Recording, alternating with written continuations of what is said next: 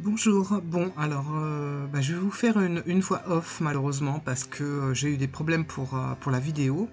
Donc je vais vous montrer comment vieillir une page sur mon Traveler parce que c'est vraiment l'outil qui se prête à ce genre de jeu, mais vous pouvez le faire aussi sur votre planeur ou quel que soit le support, un carnet, n'importe quoi, aucun problème.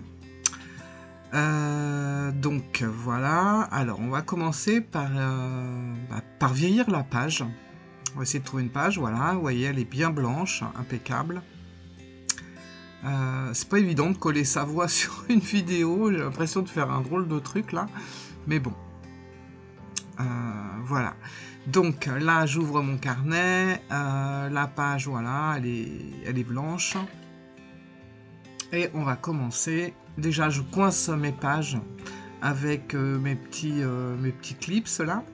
Donc voilà le fameux brou de noix qui est pour moi le produit le meilleur. Franchement, c'est le meilleur. J'ai essayé le café, le thé, j'ai même essayé de mettre mes feuilles au four, etc. Mais le brou de noix, c'est ce qu'il y a de mieux. Alors on le trouve un peu dans tout ce qui est quincaillerie, grande surface, bricolage, voilà. Donc super utile, ça fait 2 ans que je l'ai et j'en suis toujours que même pas là, j'en suis à plus de la moitié. Donc c'est économique et franchement produit top du top. Je vous conseille, je vous le conseille pour vieillir vos pages. Voilà, voilà. Alors, donc voilà. Ensuite, donc c'est parti. Alors oui, moi je mets le brou de noix dans un pot parce que vous voyez, c'est pas facile de prendre comme ça avec le pinceau.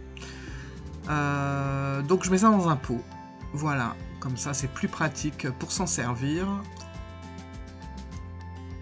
Voilà.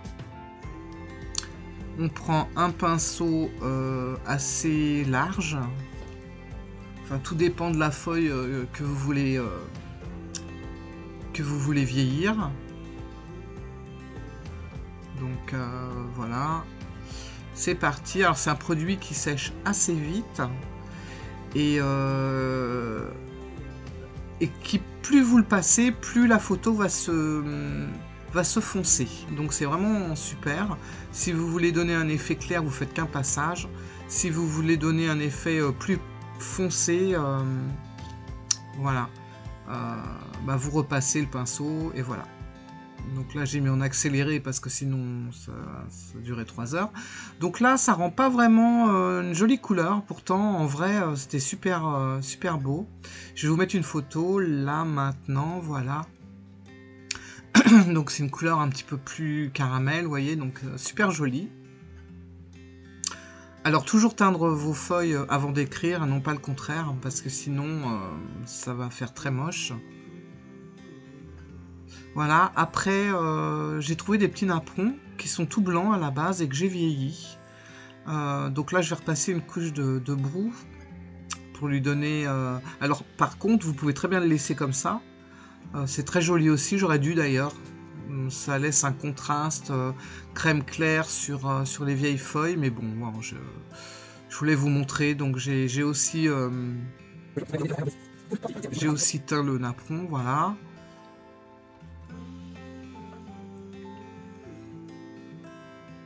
Hop. Alors faut pas que ça soit bien net, bien précis. C'est ça l'avantage quand on vieillit une page. Il faut vraiment qu'il y ait des traces comme des traces d'usure en fait, hein. Donc ne cherchez pas. Bon, après ça dépend. Si vous voulez vraiment quelque chose de clair et de bien propre, bon bah oui, dans ce cas-là vous faites attention. Mais le but de vieillir une page, c'est vraiment d'avoir des traces, enfin, plein de trucs qui font que la feuille a vieilli et qu'elle est pas toute nette, quoi. Donc là, j'ai mis mon napperon. Bon, c'est pas sec, donc j'ai avoir des petites difficultés parce que j'ai voulu vous montrer un peu trop rapidement. J'aurais dû attendre. Mais voilà. Alors, oui, autre chose aussi, ce que vous pouvez faire, c'est imprimer des vieilles écritures, là, comme j'ai fait. et déchirez. Surtout, vous déchirez, vous ne coupez pas. Si vous coupez, ça va vous faire un trait très droit, comme il y a sur le haut de la feuille. Et c'est moche. Voilà, c'est beaucoup plus joli quand c'est déchiré. Donc je vais coller tout ça. Là, je colle mon apron parce que... Voilà, c'est encore humide, je le vois. Mais bon, ça vous donne une idée en tout cas. Voilà, voilà. Donc là, on a déchiré un petit morceau d'écriture, donc on va le coller aussi.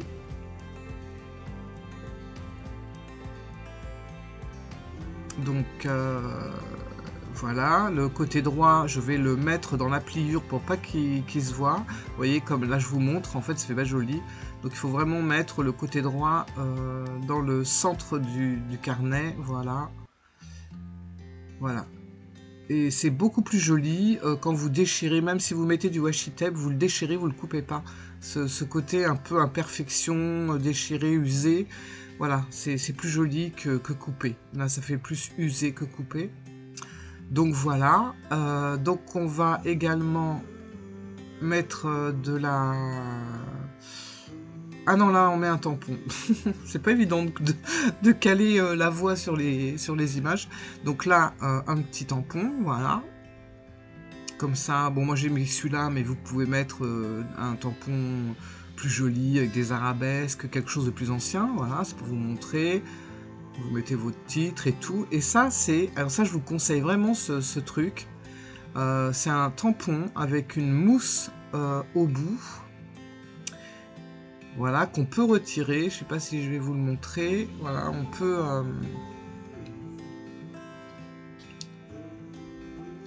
On peut retirer l'embout et le changer. Vous avez des recharges. Et voilà. Et ça permet donc à vieillir aussi votre feuille. Vous pouvez l'accentuer sur votre brou de noix ou tout simplement faire les contours d'une feuille. Ça donne un super aspect, je trouve. Donc on imprègne bien la petite mousse. Et là, je vais faire les contours de la feuille. Alors, ça va pas très bien se voir parce que ben là, déjà, elle est colorée. Mais si vous regardez bien, on a quand même... voilà, j'accélère. On a quand même un contour un peu plus foncé. Alors, faites bien des rotations pour pas que ça fasse des marques trop... qui fassent pas trop naturelles, en fait. Voilà.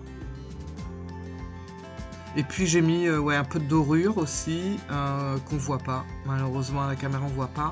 Mais j'ai mis à des endroits un peu de dorure. Donc j'ai vieilli aussi mon petit papier d'écriture. Voilà. Après, voilà, vous n'avez plus qu'à... vous avez votre base, la base de votre carnet. Et vous pouvez écrire, bon là je vais faire des petits essais pour vous montrer. Vous pouvez écrire à la plume, moi je trouve que c'est plus joli, ça donne un côté plus stylé plutôt que le stylo. Après ça, c'est chacun ses préférences. Mais si vous prenez un stylo plume, pour faire ce genre d'écriture, au moins pour les titres, prenez la plume assez large, assez épaisse, pour donner vraiment un style... voilà. Donc... voilà. Après vous écrivez tout autour vos textes. Donc je vais faire un autre essai avec les fameux tampons encreurs et mon tampon rond avec la mousse au bout. Voilà, donc vous avez plusieurs sortes de ce genre de tampons, c'est super pratique. Et vous en avez même un qui s'intitule Photo Vintage, donc voilà, ça se prête vraiment au jeu. Et là, vous voyez, j'ai fait le contour d'une feuille que je n'avais pas colorée à la base. Et ça donne cet effet un petit peu usé, abîmé. Voilà. Donc c'est joli aussi, sans mettre le brou, vous mettez juste la teinture, enfin l'encre autour de tout le contour de la page, ça fait joli. Voilà, et là je vous explique que c'est bien d'écrire, mais pas tout dans le même sens. En fait, vous écrivez, vous faites un texte comme dans ce sens-là, un texte comme ça en biais, et puis un autre texte comme ça, et la suite du texte dans ce sens. Ça fait vraiment joli d'avoir des écritures comme ça un peu dans tous les sens. Voilà, je sais pas si c'est clair ou si j'arrive à bien m'expliquer, mais bon, si je retrouve une image, je vous montrerai.